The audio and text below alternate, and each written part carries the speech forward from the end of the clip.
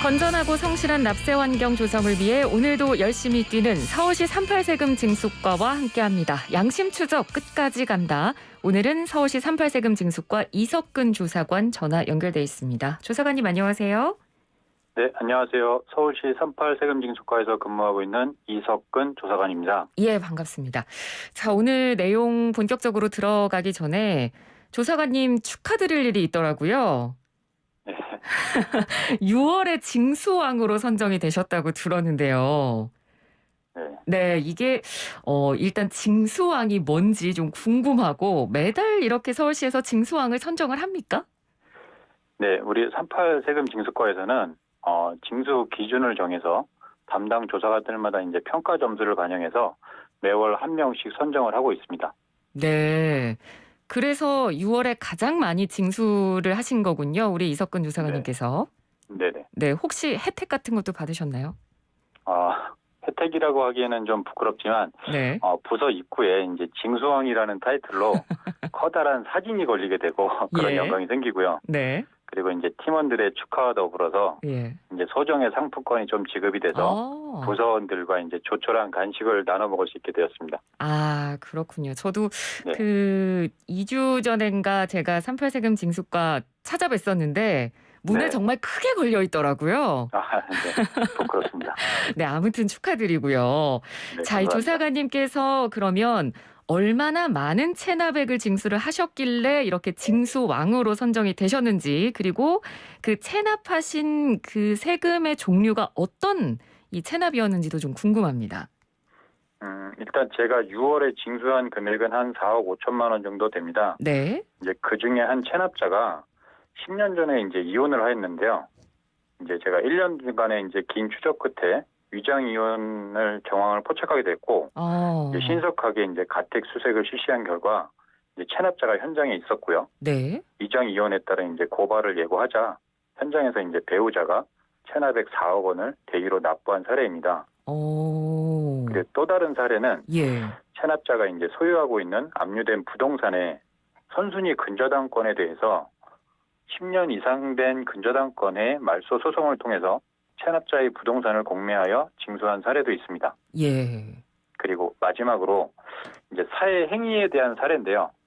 이제 본인에게 상속될 재산을 다른 사람에게 이제 등기함으로써 재산을 숨긴 사람에 대해 법원에 이제 원상 회복을 청구하는 소송을 제기해서 네. 체납자의 지분을 원상 회복하고 공매를 의뢰한 사례도 있습니다.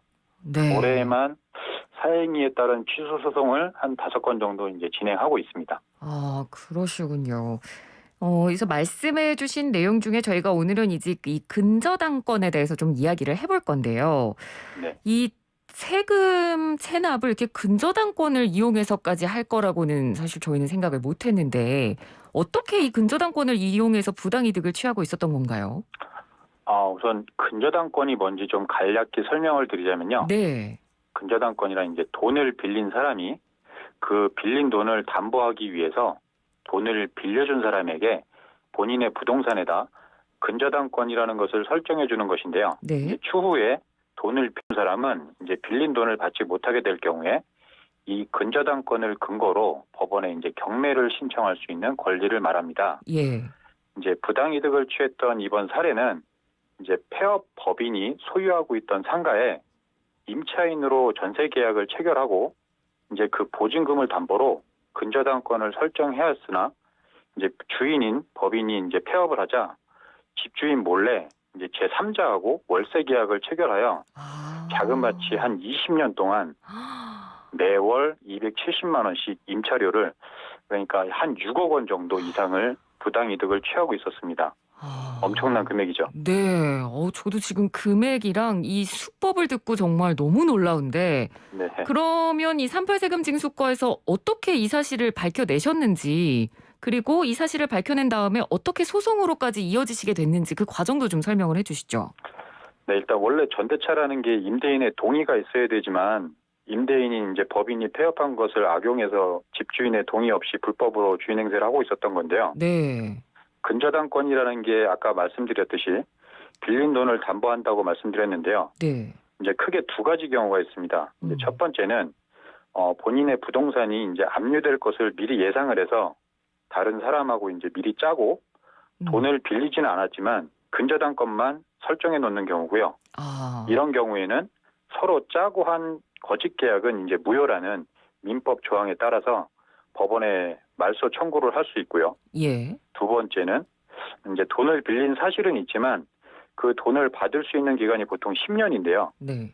그 기간 동안 돈을 청구하지 않으면 그 권리가 사라지게 된다는 점에 따라 10년이 넘은 근저당권에 대해 그 원인이 소멸되었다고 할 수 있습니다. 이번 징수 사례는 이제 끝까지 추적하여 반드시 징수한다는 우리 과운처럼 이제 오래된 체납이라도 끝까지 추적함과 더불어서 이제 불법으로 부당이득을 취하고 있던 근저당권자에게 네. 사용 수익에 대한 제한이라는 이제 징수법 조항을 적용해서 징수한 첫 사례이고요. 예. 앞으로 이제 압류된 부동산에 대해서도 사용 수익을 제한할 수 있다는 점을 통해서 다양한 징수 분야에 활용되었으면 합니다. 네.